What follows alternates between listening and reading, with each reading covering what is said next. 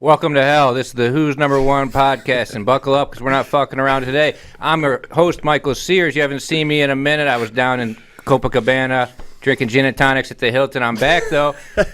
Here with Hall of Fame filmmaker what Reed a way Connell. to kick this thing off, man. Corey Hell Stockton yeah. at the back table. We got a lot to cover today. We got recapping the last event. Amazing event. Lots of good action. Big event coming on April 30th. We're going to be talking about that, breaking down all of that. And also we're going to announce today Nikki Ryan's opponent. How you doing, Reed? Dude, I'm killing it. Love the energy, Michael. A huge weekend was last weekend. I'm still buzzing. I'm feeling it just like you are. So having a good time here. Excited to jump back into Who's Number One. Excited for the future of Who's Number One. Plenty of stuff going on here. Really, really excited to finally get to break down some of this stuff. Talk about it. Let's go.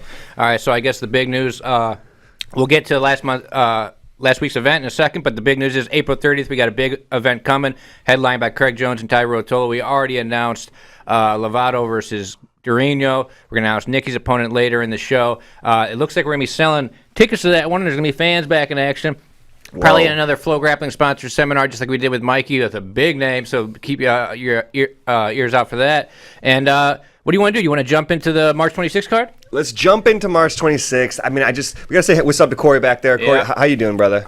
I'm looking forward to talking about all of the insane matches we had March 26th. Dude, this was the best let's get one. to it.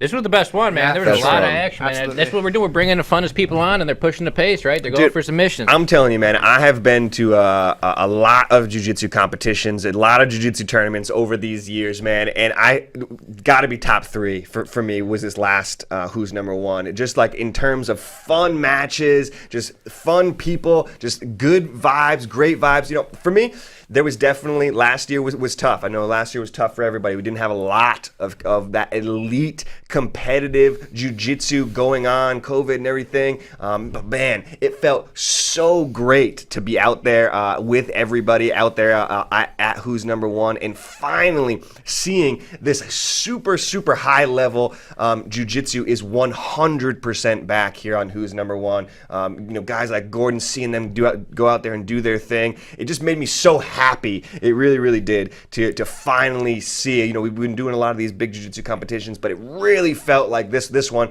that, man, the jiu-jitsu is 100% back. It was just so great to be sitting next to guys like Orlando, and Mo is out there, and you know, you have Joe Rogan and everybody, you know, it just felt like such an incredible celebration of jiu-jitsu. It felt like everybody was so happy to be back to it. It's the Jiu-Jitsu Illuminati meeting. It was. It is the Illuminati meeting. You got was. Michael Zenga from Fanatics. It's everybody who's anybody comes in town for this thing and has a great time. So the fact that for this next one, we're selling tickets for this one, I mean, like, the jiu-jitsu world is in this room. You know, you had John Danaher, you had Hulk, you have everybody. Guy Mendez is there. You know, like everybody who's anybody in the jiu-jitsu world. At one point in time, they're here in this room at Who's Number One. So the fact that we're gonna be selling tickets for this next one is going to be mind-blowing. Like, if you have an opportunity to buy tickets to this event, drop whatever you're doing and make sure you get to this next Who's Number One, because if this last one and the one before that with any indication, this stuff is absolutely must-see TV for jiu-jitsu fans, 100%. So how you want to do it? You want to kick it off quick with the prelims and work our way up, or how?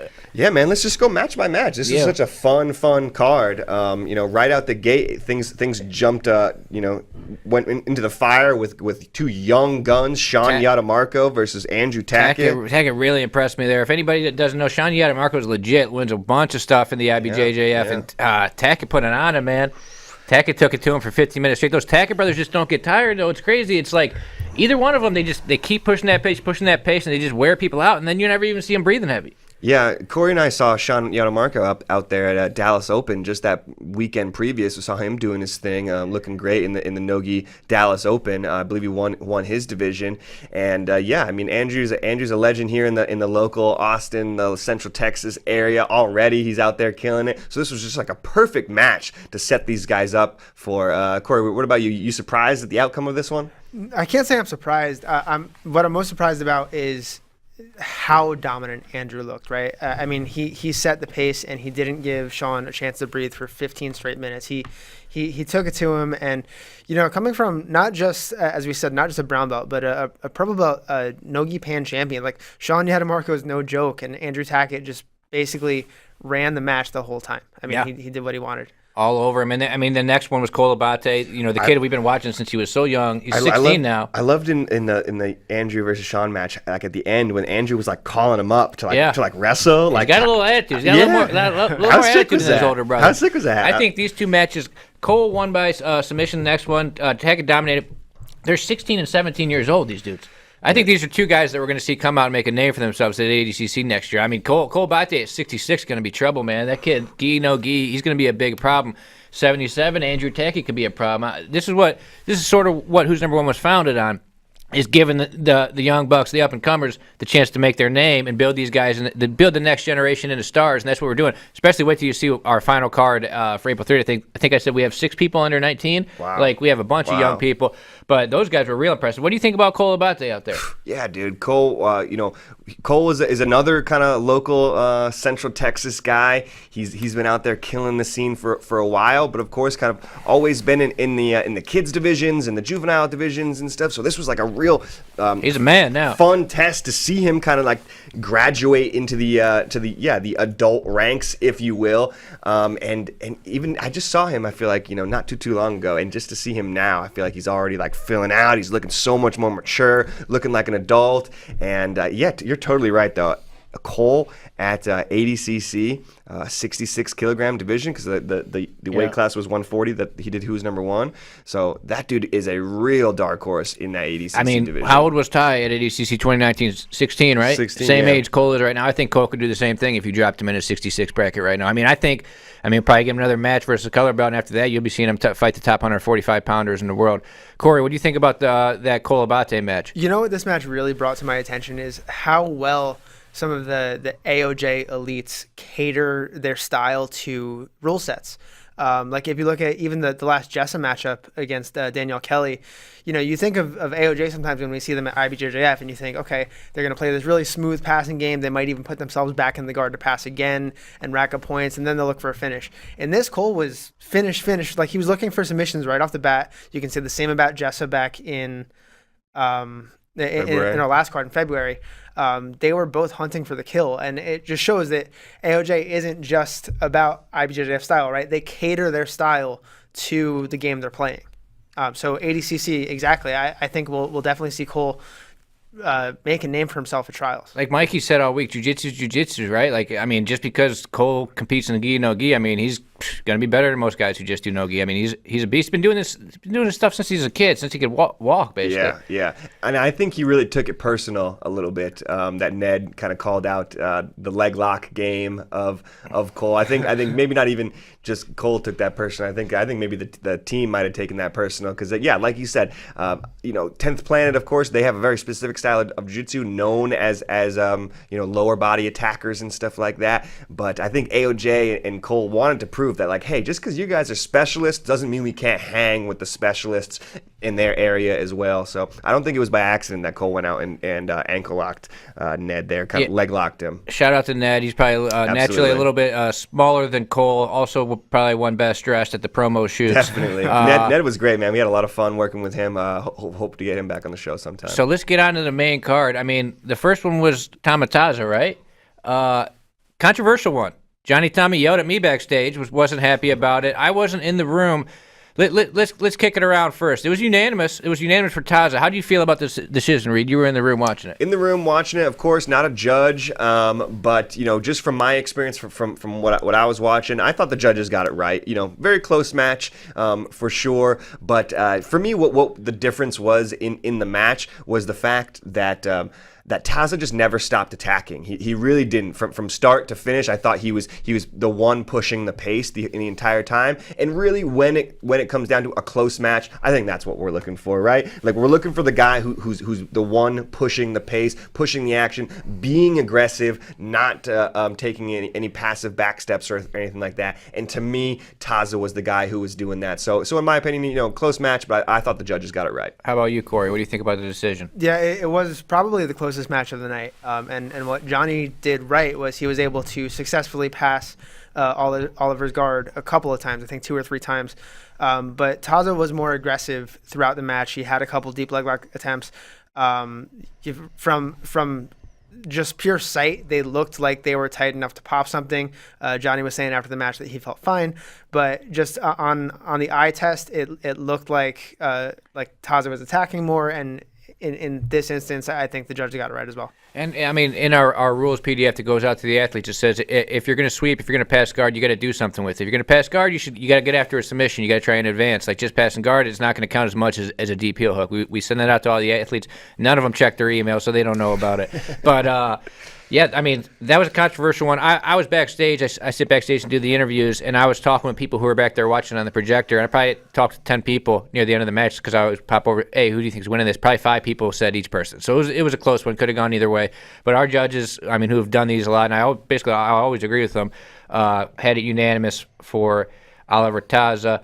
Up next, the next match was fun match though, and I think those guys. I think we'll see each other again. No, absolutely, no doubt, yeah. and we'll see that one again for sure. Up next was Rafaela.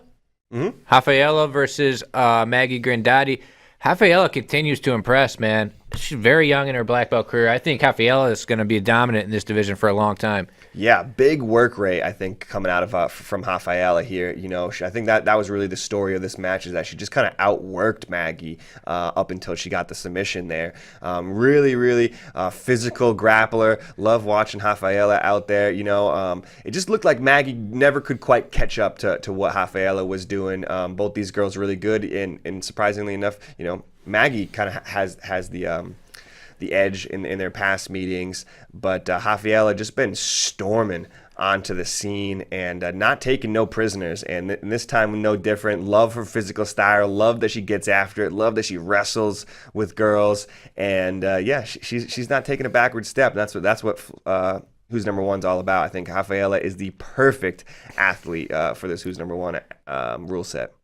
Yeah, Rafaela was very adamant in her post-match interview that she wants the top ranking in that division. There's only 2 women ranked ahead of her, Gabby and Nachieli. Wow. So she's right there. She's barking up that that number 1 spot. Yeah, and I think at this point she's getting to the point where she deserves one of those matches, right? I mean, she's we said this before the match, but now she's 12-1 as a black belt, and she's beaten some of the biggest names already. She's beaten Anna Carolina and Liz Clay both on Fight to Win, and she's looking impressive every time we see her. She looks very, very physical. She's not just beating the people she's facing, right? She's usually handling them. Yeah, aggressive. Mm-hmm. Yeah, she goes out there and tries to stomp people, which that's what the fans want to see. They don't want to see you try and survive and win a decision. They want to see you go out there and try and kill somebody. At one point, she had like that double mouth and nose cover, kind of like over Maggie's face while she had her back. Like she was ruthless, man. But that's what it's all about. I think Rafaela is going to be a big star in this women's division for a long time to come. Looking forward to some of those exciting matchups with her. She's so young. She's only like 3 months as a black belt. Got it before Pans. That's crazy. Got it before Pans last year, so late 2020. From that, we had the co-main event of the evening. This was the match I was most impressed with. You have Mikey. You almost skipped Mikey. Yep, almost skipped Mikey. We had Mikey Musumeci, first no-gi match in 5 years versus Marcelo Cohen at 135 pounds. It was interesting to see Mikey come out to compete no-gi. Came out to Cotton Eye Joe, did his little run out there. What did you think about Mikey's performance out there? I was watching it backstage, and everybody was like, "What's he doing? What's he doing?" He was just holding side control, going mount, and then he went to the mount. Certainly very interesting performance from Mikey. Weren't a lot of question marks definitely about this one. Weren't quite sure what we were going to see with Mikey, what his game was going to be. Was he just going to go out there and try to ankle lock him in 10 seconds, or were we going to see some jiu-jitsu? Definitely, throughout the week, this match kind of like built in intensity and in what I was looking forward to. I feel like as I started to like kind of talk to Marcelo and talk to Mikey, like I really loved Marcelo's mentality coming into the match, and I really loved hearing from Mikey what he was going to do and everything like that. So as the week went on, this excitement for this match just rose and rose for me. I really, really dug what Marcelo was doing. He was ready for the match. He knew that he had to kind of make it ugly, make it nasty. He tried, but of course Mikey just flawless in his technique. Just a tactician like no other. Mikey is basically what we said about Cole earlier, just a few years down the road. Mikey's been doing this his whole life, gi, no gi, whatever. No gi world champion, beat Joao Miao at no gi world. It's legit. Yeah. Like Nogi, and I think he's going to be a big problem in this division. I've been talking with him since then. He's told me he trained heel hooks for 9 hours yesterday. He wants to do who's number one every month if he can. This division in Nogi, 135, even if he goes up to 145, he's going to be a big problem. I mean, a lot of these like sub-only type of guys, if they sit down and try and play leg locks with Mikey, he might just end up on their back. He might just blow out of a leg lock. But his technique is so good, and it's Mikey's rejuvenated by this. Just like the same reason he started fighting Muhammad Ali and all these big guys. He wanted a new challenge. Now he's fighting Nogi. He seems happy about it. I think we're going to be seeing a lot more Mikey Nogi matches this year. That's exactly what he was saying. You know, like he said he was chasing that feeling of not knowing if he was going to win or lose, right? Like that's just like a feeling that he wants to experience. Stepping on the mat, being like, am I going to win? Am I going to lose? I don't know. Because, of course, every time Mikey steps on the mat, he's like almost 100% sure that he's going to win. So I thought that was such an interesting perspective from Mikey. What do you think he was doing, Corey, there? Kind of just like, was he just kind of, just trying to get Marcelo to kind of open up a little bit? Or he kept putting his knee on his belly and then kind of transitioning into mount and then kind of going backwards? What do you think he was doing there? His post-match, in his post-match interview, he was indicating that he was trying to get Marcelo to open up, right? And he specifically drew the analogy that in IBJJF, guys who are down on points will turn their back and will give themselves up because they're down on points. And in this, Marcelo might have been a little bit more concerned about just keeping tight and not getting submitted. What I was really impressed with, and I was actually calling for this before the match, is I was really happy that we got to see a lot of Mikey's passing in his top game. I mean, Mikey's really well known for his guard and his berimbolo, his collar sleeve game, but his passing, and especially his half guard passing, is just, we saw it. It's exceptional. So to kind of see that and to show that to the grappling world that Mikey can pass too, and his pressure is unreal. It's really good to see what he can do from the top, regardless of rule set or gi or no gi. Yeah, he's gonna pass on these guys. I mean, Mikey's a smart guy. He knows what works. We saw at the last ADCC what works in no-gi when you want to pass. Force half guard and smash with the crossface and knee cut out of it. So, I mean, I'm very excited to see more Mikey in this division. You guys we were talking about doing this later on.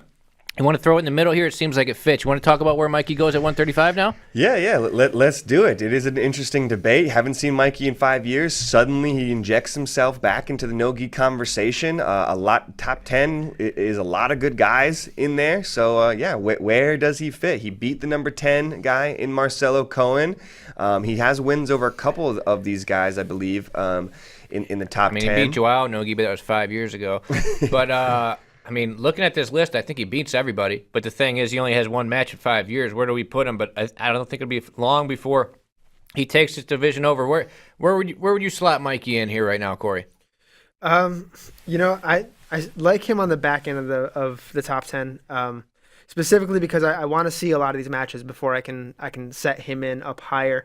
I think he's in for sure the top 7 or 8. I really want to see matches like John Calistine, Gabe Tuttle, Junior Ocasio, Lucas Pinheiro. Like there's some matches in there that I think Mikey might not have a cakewalk with, and I'd like to see those matches before I put him in above, let's say, Gabe Tuttle. So I say right at number 8. Put him in number 8. I'd probably put him 6 or 7, 8 or something. I mean, like I said, I think he's the best, but he's got to get more matches in. How about you, Reed? Yeah, hard not to put him I'm going to go out there and just say put him in number 1, I'm fine with it. Right? But, he just reminds me of Joao Miao's not doing matches either. So. Right? Yeah, I haven't seen too many of these guys. I'd like to see him against, like you said, Junie and Calistine, but not too many super active guys beyond Junie.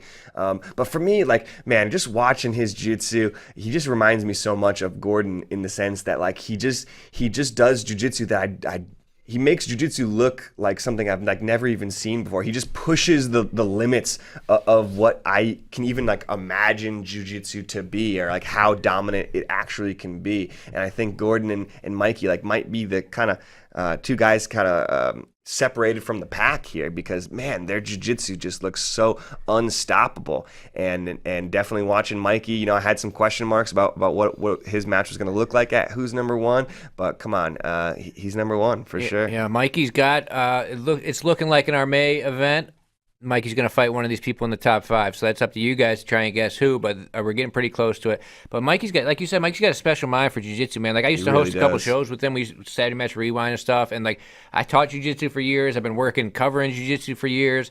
And it's like the way he talks about it, I'm like, man, I've never heard anyone approach jiu-jitsu with this type of mindset, like the type of stuff he says. It's really true, man. Like, if you can ever get a chance to have a conversation with Mikey about jiu-jitsu or about his mindset for jiu-jitsu or how he approaches competition especially, it's just mind-blowing. And if you think that you know a lot about jiu-jitsu, or if you think that you study a lot of jiu-jitsu, or you think that you watch a lot of jiu-jitsu, you don't even hold a candle to the amount of jiu-jitsu that Mikey is watching, ingesting, studying just on a daily basis. Like, he is 100% on the cutting edge, constantly knows everything about the newest techniques or in what works and stuff. He is always on the cutting edge, and it's just an absolute pleasure to listen to him talk about jiu-jitsu because he just has such a unique perspective. So if you ever get that chance, man, ask Mikey some jiu-jitsu questions because it will blow your mind. He's the nicest guy in the sport. He'll hang out and talk with anybody. But, yeah, you would love it. He'll talk your ear off about jiu-jitsu for sure. The next one, the co-main event, Nikki Rod versus Yuri. This was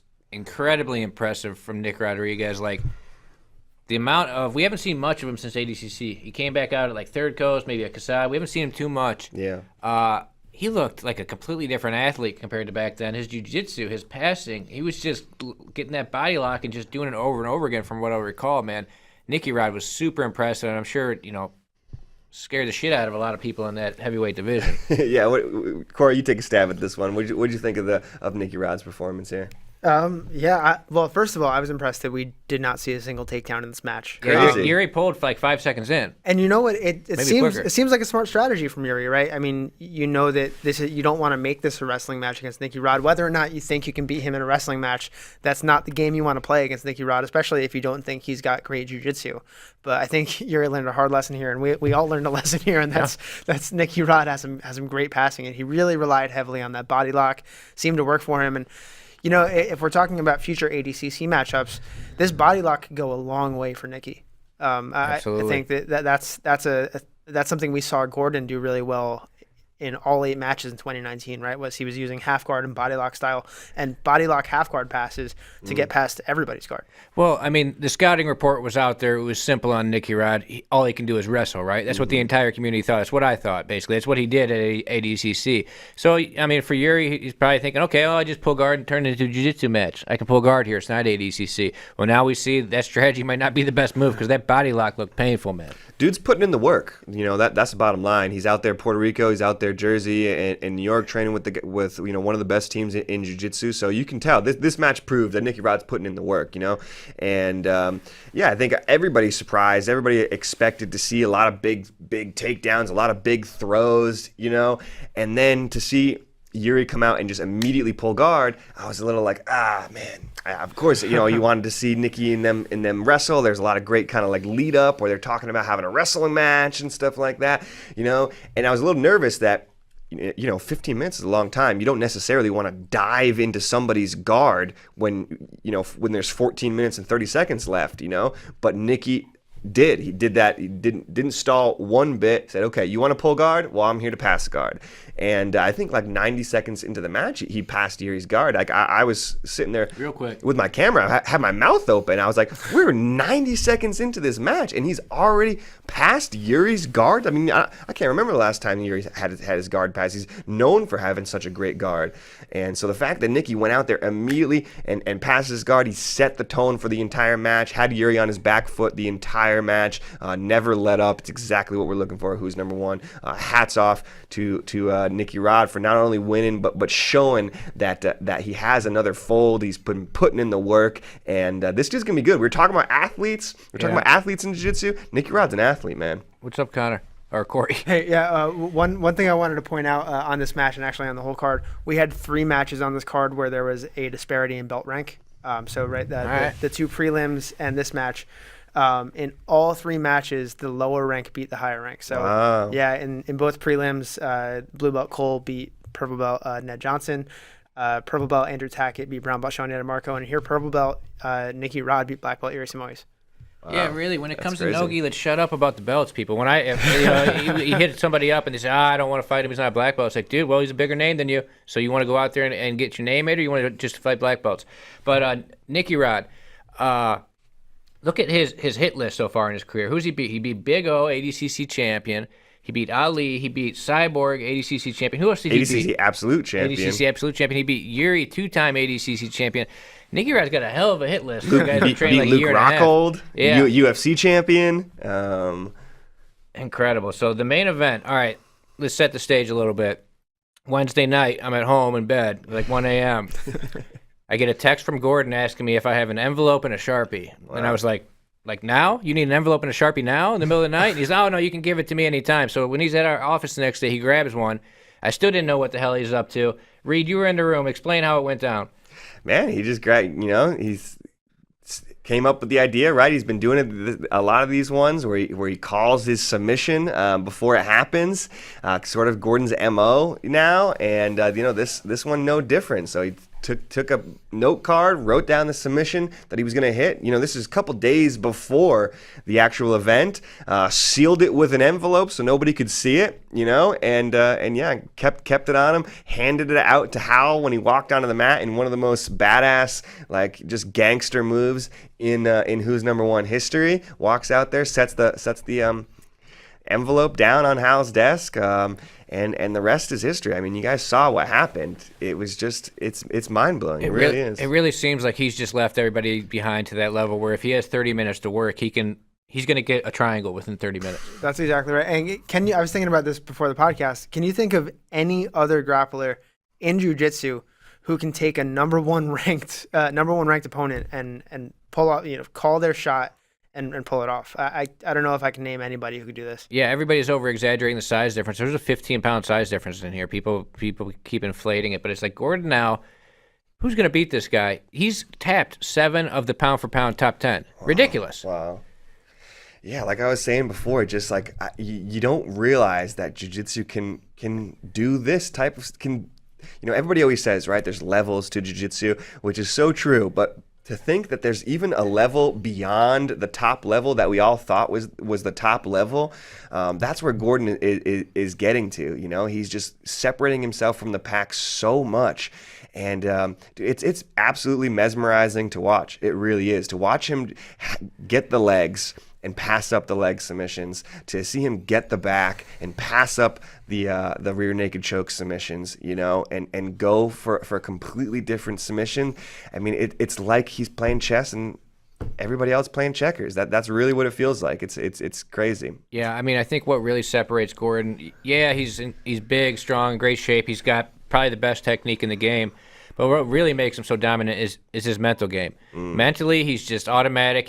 He's like a robot when he goes out there. He doesn't feel pressure. Like you see so many guys. We're in the training room with these top guys in the world all the time, and there's so many of them who look unbeatable in the room against other elite guys, and they're not the same person when they go compete. It's like Gordon gets better when he goes out there and compete. There's something in his mind that he's just built for competition, man. He's just perfect for it. So true, so true.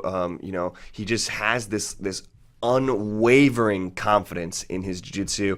I think that he was a little bit just kind of born with it, but of course he has the experience where it pays off. But that's such an underrated point about Gordon Ryan, is that he's just unshakable when it comes to competition. I've always thought the same thing about Conor McGregor, that's probably what makes him great, is that he's able to perform when the lights are the brightest, when there's 50,000 people or there's millions of people watching at home. Conor McGregor can perform better than anybody in those moments, whereas a lot of his competition can crumble during those moments. And I think that's a little bit what we're seeing with Gordon, that he's just able to kind of shake off any nerves or anxiety that he may have. I'm sure he maybe still feels it, but it does not affect him. And I think people should be studying that mental part of his game for sure as well, because that is an underrated part of Gordon's game, and we haven't quite seen that same type of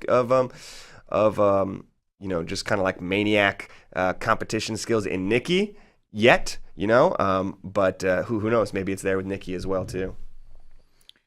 Yeah, I mean, he's so far ahead of everybody, and it seems like it's just getting worse. Like he was so far ahead of everybody at ADCC 2019, and he's improved so much more than everyone since then, and it's just getting worse and worse. It's like you were saying, I can't even use my like new technique stuff that I'm working on because I'm still doing all the stuff that I did back in 2017 to submit everybody. Like, I mean, that's mind blowing. All right, Corey, you got anything before we move on to the next event? No, let's get moving. I can't wait to. We have a big announcement coming on. Yeah, we might as well do that now, huh? Let's do it. Let's kick off this event, talking about this event. So we got Nikki Ryan here, is going to be fighting in our third match of the night. We'll talk about the two matches we announced ahead of this before. But the opponent coming up is this going to be a 175-pound match. This guy is a veteran of Who's Number One, a very tough opponent. Reed, who's Nikki Ryan fighting? Man, one of my favorites out of 10th Planet, PJ Barch, going to be taking on Nikki Ryan. This is a really fun match. Both these guys came up short in their last Who's Number Ones, or I guess that's not true for Nikki. But Nikki has the loss against Rotolo. He's looking to bounce back. I guess I don't really count the Tony Ramos one, but I'll count it. Had a submission victory over Tony Ramos. He does. But, a big match for Nikki right here, I think. PJ Barch looked phenomenal in his last out. He's recovering from injury, but he's back. He had a great run at ADCC trials when he was. So he's on the road back. Nikki on the road back. This is a perfect match for both these guys, I think. Yeah, PJ lost to Wiltsey a decision at Who's Number One in February. He wanted to give him one at his more natural weight class. He bumped up. Wiltsey's a lot heavier than him. And PJ's a tough opponent, man. Great wrestler, great leg locks. He's Corey, can you run? He's got some big names he's beat before. But, I mean, this is a one. Nikki Ryan's getting into that hole that a lot of the DDS guys are in, where people don't want the smoke, man. They don't want to go with somebody who's going to try and submit them the entire time. 7 people turned this match down. 5 ranked guys turned this match down before we got to BJ. And PJ, he doesn't give a fuck. He just said, "Yeah, I'll do it." But PJ gets it, man. Yeah. A win over Nikki Ryan. Suddenly PJ's fighting in main events and co-main events. Everyone out there's thinking about the negative side. I mean, Nikki Ryan's a big star, man. Talk about his credentials or whatever, his accolades, but dude's got a bunch of fans. Look at Ty. Ty beats Nikki. Now Ty's fighting in the main event of Who's Number One against Craig. These are big opportunities. You got to risk something to get that reward, right? Like they always say.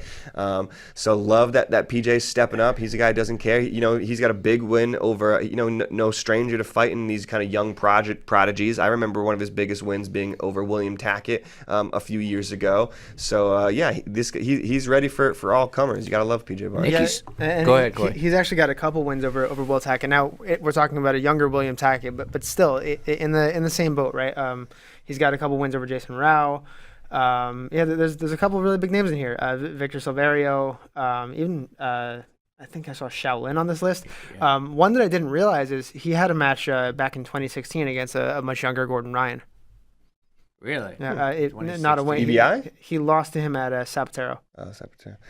Yeah, I mean, Nicky, the word out of Puerto Rico is this kid's evolution is going crazy. Like, think about it. He's only 19 years old. I mean, he's younger than Gordon was when he won ADCC the first time, right? I think a couple years younger. Yeah. Gordon was 21, yeah. Gordon was 21. Yeah. Nicky's still 2 years younger. He's been competing professionally all this time. And I hear he's getting really as good as anybody down there. So, I mean, Nikki Ryan could end up taking over this 170-pound division, 77 kilograms at ADCC. Like I talked about, I mean, we could be seeing guys like Cole, Mikey, whatever, do some damage. I could see Nikki do some serious damage at 77 at ADCC. And I'm really excited to see him go out there and compete. I mean, think about 19, he'd be a freshman in college. He'd be redshirting if he was wrestling. So it's like he's just at the beginning. Yeah, but Nicky's such a young guy out there. He's so much more to prove, I think. I don't think we've even seen the close to the best Nicky out there.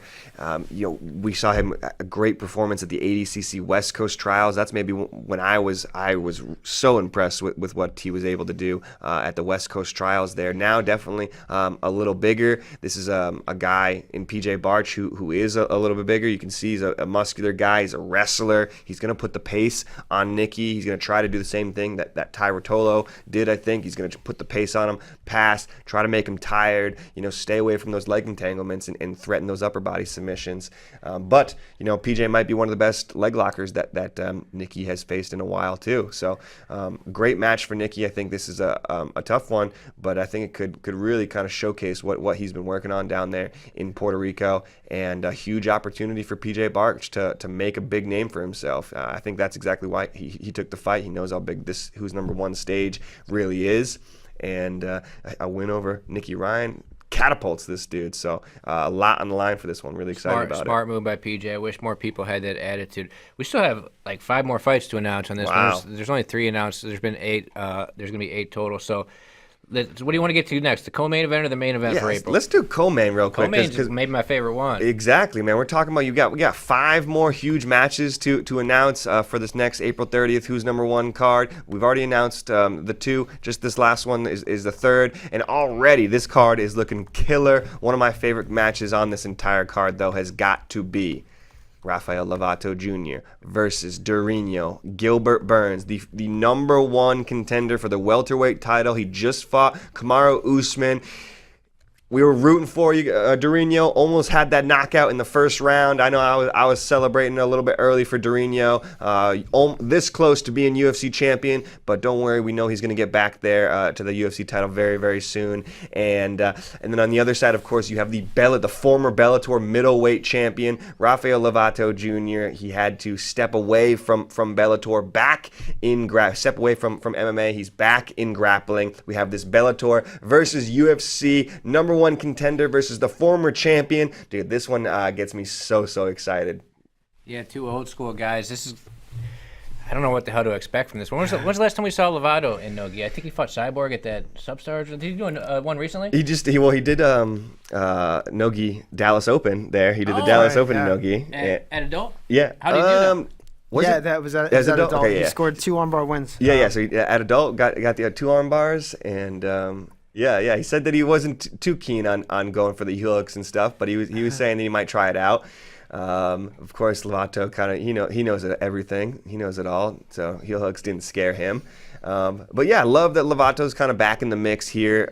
He looked skinny. He looked in really good shape when I saw him in Dallas. I don't know if you saw him there, Corey, as well. So I think although Durinio 170 or welterweight and Lovato a middleweight, I think they'll probably be pretty close to in size, much closer than you probably think. Yeah, I mean, when Durinio was going to fight Dante, it was like that match was going to be at like 195 or something. It was pretty heavy. Dante doesn't weigh that much, so they were doing that probably for Gilbert. So I think maybe it'll be like 10 pounds difference at the most. Mm-hmm. But this one's a crazy one. I don't know what the hell to think about who's going to win it. I think Raphael has been way more active in jiu-jitsu competition lately. Obviously, Gilbert's been killing it in MMA, but I don't know, man. This is one of the tougher ones to pick ever, just because we haven't seen so much of these guys in a while. I mean, Gilbert's gi world champion, no-gi world champion, ADCC bronze medalist, I believe. I'll wait until we get close to the event. I don't want to pick this one yet. I mean, what a G though Gilbert is. He's fresh off his UFC title fight, and honestly, Gilbert's been like this his entire UFC career. He's doing no-gi fights. He'll jump in an Orlando Open or something like that. He'll do a gi match, and then he'll do an MMA fight. This dude just loves to compete, and that's one of our favorite types of persons here. Who's number 1? A guy who's just ready to throw down, really, no matter who it is against, whether it's Lovato or Dante or whoever it is. Durinio down for it. So love that this dude is just always out there testing himself, whether it's UFC title fight or whatever. And very happy to have him on this stage. Yeah, Gilbert's always down. He was going to fight Dante when he was supposed to have a title fight like a month later. And the UFC had to tell him no, I believe. Corey, how do you think the action goes down in this one? I'm sort of leaning towards I think they'll wrestle each other. What do you think? Yeah, I'm actually really confused exactly what we're going to see, because we're looking at 2 of the best contemporary representatives of MMA, of jiu-jitsu in MMA right now, right? Yeah, we just said it, but Lovato was a Bellator champion. Durinio just recently a UFC contender. We have seen a lot more of Lovato, and even when he's doing jiu-jitsu, he's more than willing to wrestle until his opponent pulls guard. Until he gets on top. We know what to expect from his jiu-jitsu, right? It's simple and it's very, very close timeless. Very close to perfect. It's timeless jiu-jitsu. But I think that's something that a lot of jiu-jitsu players who adopt their jiu-jitsu for an MMA style, they benefit from that, right? They benefit from a very simple dialed-down jiu-jitsu because they know what works when you're getting punched in the face. So we might see maybe a little bit of a simpler game, but I don't think that takes anything away from the action. I think, sure, maybe we'll see more wrestling, but just a lot more of a patience not the word for it, a fundamentally charged game, which tends to actually bring up the action in jiu-jitsu because there's not a whole lot of open-ended scrambles that end up in just stalemates and falling away from each other. Everything's falling into the action. Yeah, just like we talked about with Mikey, Lovato's gi passing, the way he passes in the gi translates perfectly to no gi. It's the best style of passing, forcing half guard, smashing people, and working their way through. So, I mean, Lovato comes from that style too. Yeah. Same with Mikey and some of these other guys who grew up. Gi, no gi doesn't matter to Lovato and Durinio. Gi, no gi doesn't matter at all to those dudes. I think. Lovato's ADCC medalist as well. Yeah. So what do you think? It's going to be KO, TKO? Which one? Hopefully not a KO. Something it's weird just a happened if grappling it's a KO. All right, let's go on to the main event. The main event's a really interesting one. I think this really caught people by surprise when we did this face-off on the stream. Everybody's wondering why we matched up Craig Jones and Ty Rotolo. They're different weight classes. I'll tell you why. Ty has been requesting this for a while. Like, Ty's probably asked me 10 times if he can get this match. He's really confident how he can do here. Ty's getting bigger. These guys are going to be in the same weight class at ADCC because Cade's going 77 with Ty 88. Ty's really confident, man. He's a big dude. He's got a big frame. He'll probably be like 180 going in. This will be a little bit smaller, but yeah, Ty's not scared of Craig. And at the end of the day, everybody, some people were criticizing, put the top ranked people against each other in their weight class. No, this is entertainment. It's entertainment, baby. We want the most exciting fighters out there. These guys, this is guaranteed entertainment. Craig Jones and Ty Rotolo, they're going to get after each other. They're both always going after each other, after everyone. But that's where might be problems for Ty because Craig seems to be best when people actually want to do jiu-jitsu. The way to beat Craig is simple, right? Just disengage for the entirety of the match and hope you win a decision or win on points or whatever. Yeah. But Ty's going to come after him. Ty's not going to do that. That's for darn sure. Like you said, Ty been asking for this one. You guys who are maybe counting Ty out or don't think Ty's ready for this test, well, don't tell Ty Rotolo that because this dude is coming. I did a great interview with him, sitting down. We got some really fun content and some more videos coming your way, so be on the lookout for that. But sitting down with Ty, this dude, it was the picture of confidence. He really did not see why everybody else was so confused or anything like that. No, Ty said this is a great match for me actually, and I'm coming in there and I'm not going to take a backward step. We have seen Craig get tired in matches before, and Ty's thing is that he has a gas tank for days. You saw him wear down Nikki Ryan. I think he's going to try to do the same thing to Craig here. He's trying to pull the upset. He's trying to wow everybody. And who's number one is the stage to do it. Yeah, this is going to be a wild match. I can't wait for that shit, It looks man. like the Gabby Garcia match has been postponed. Thank God, because if Craig happened to lose that thing, he said he was going to retire. We need him for the main event here. Corey, how do you think Ty matches up with Craig here? I think looking quickly at Craig's past couple of matches, like his basically all of his 2020, he's got a ton of submission victories. No surprise, really. We even got a little clip here, I think, of some of Craig's last match there with Ronaldo. Pull him up. The one thing that I think actually could work in Ty's favor here is that, Michael mentioned that the best way to beat Craig is to disengage with him. The thing that Ty does very well is like that leg pinning passing, and then incredible against Nicky, right, and then leaping past the guard, right? So he finds a way to stay out of the leg entanglements while also not putting himself in danger and not stalemating, right? Or not just staying away. Like he's actively passing while at a distance. He does this thing that I've never seen anyone else do where he almost throws the darce as a flying submission sometimes. Like he's just like passing and he's got those long arms, throws the darce on.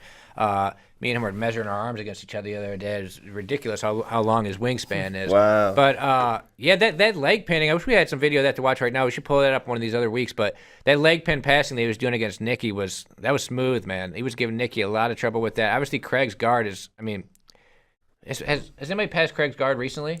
I know earlier in his career it happened. Not even, I can't think of anybody's passed his guard. Kaiden took his back there, but didn't really pass his guard. But nobody jumps out, yeah. Yeah. This is obviously Ronaldo. This is Ty's teammate here that we're watching couple of highlights of.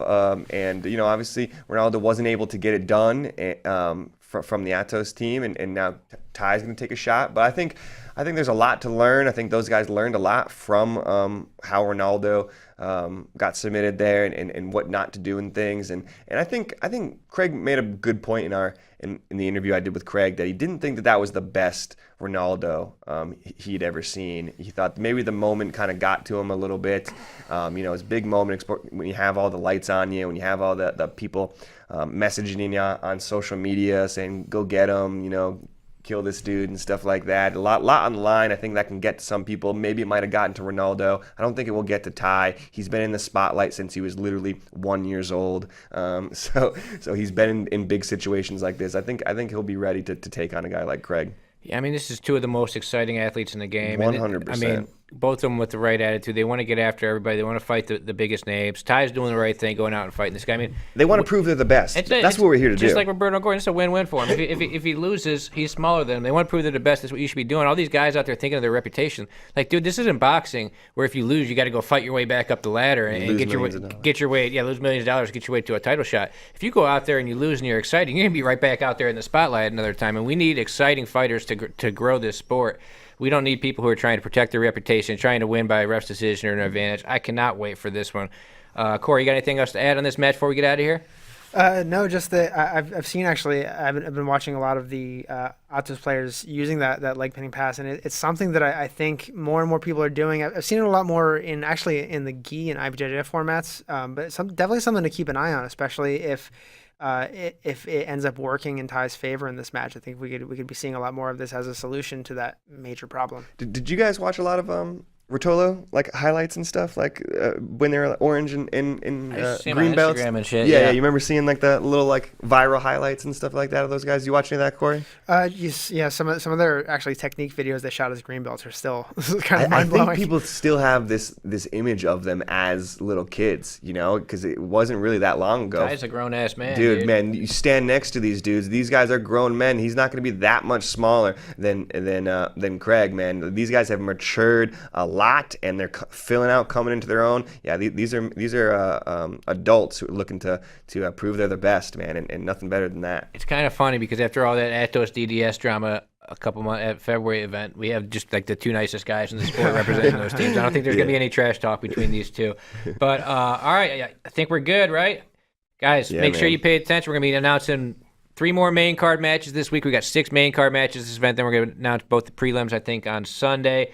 A lot of good stuff coming. Like we said, there's going to be fans. There's going to be a crowd in April. Events coming in May, June, July. We're just going to keep these things coming. Got a lot of exciting matches planned. And I'll see you guys next week. Bro? 48 minutes.